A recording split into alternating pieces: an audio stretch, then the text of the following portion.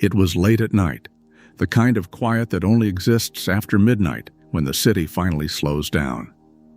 Outside the window, streetlights hummed softly. A faint orange glow spread across the apartment walls. Inside, the only light came from a laptop screen. A cloud photo archive was open. Thousands of images organized into folders. Years of life arranged by dates, locations, and automatic labels. Vacations, birthdays, old apartments, friends who slowly drifted away from daily life. Ethan scrolled through the archive slowly, not searching for anything specific, just revisiting fragments of the past preserved by algorithms. A photo from college appeared, a blurry party with friends, another swipe, a road trip from years ago, another swipe.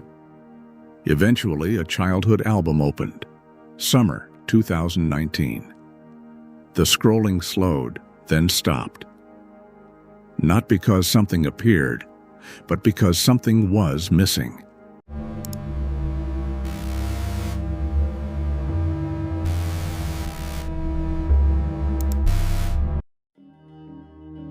Where technology meets terror. Stay offline.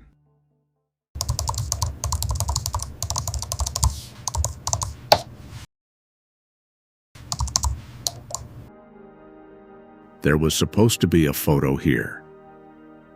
Ethan stared at the space between two images. One photo showed a vacations with parents. The next showed a birthday celebrations. But between those two moments, there had always been another photo. 4 kids sitting on a wooden fence behind the elementary school, late afternoon sunlight. It's melting really fast. Quick, eat it before it drips anymore. Save some for me. Dust drifting through the warm air, someone holding a melting ice cream cone, someone else laughing at something outside the frame. Ethan could picture the moment clearly. The angle of the light, the way they were holding the fence so that they couldn't fall behind.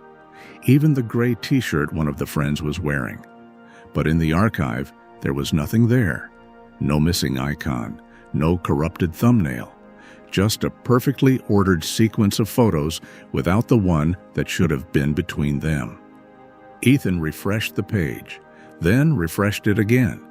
He scrolled through the album once more. Nothing. The photo was not hidden. It was not misplaced. It simply was not there. At first, the explanation seemed simple. Maybe the photo had never been uploaded. Maybe it was still stored on an old phone or computer. But the memory felt too clear, too detailed. So Ethan sent a message to one of the friends who had been there that day. A simple question. Do you remember the photo of us sitting on the fence behind the school? The reply came a few minutes later. I remember that afternoon, but we were sitting on the playground swings, not a fence. That did not feel right. Ethan opened another message thread, another friend from that same afternoon. Same question. The response came quickly. I remember the ice cream, but I thought we were near the baseball field. Now there were 3 versions of the same memory, and none of them matched the image Ethan remembered. Memories change, details blur with time. That was normal, but something else now felt strange. Ethan reopened the shared childhood album. He scrolled through the captions beneath the photos. One image had a description. Last day before summer break. But Ethan felt certain it once said something else. Ice cream after school. The page refreshed. The caption remained the same. Calm. Certain. As if it had always been written that way. Curiosity slowly turned into unease, the kind of tension that appears when small details stop aligning. Ethan opened the archive settings. Every cloud system stores deeper information. Metadata, upload timestamps, device sources, backup history. Digital memories always leave traces, and somewhere in those traces, the missing photo should exist. Ethan searched the archive database, filtered by year, filtered by device, filtered by location. Hundreds of photos appeared, but not the one being searched for. So Ethan checked the deletion history. Every cloud service records removed files. Even deleted images leave traces behind. But the deletion log was empty.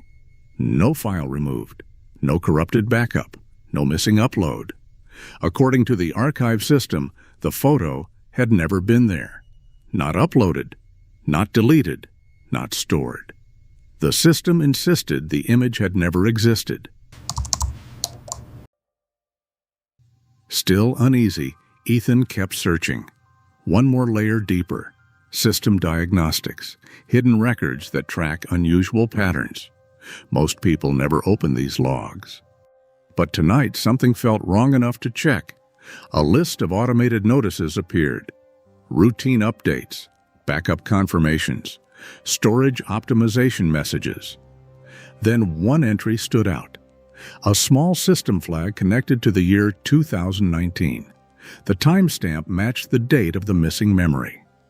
Ethan opened the record. Inside was a short automated message. Memory artifact detected. Artifact usually meant corrupted data, a glitch, something that should not exist. Then another line appeared, flagged as inaccurate memory reconstruction.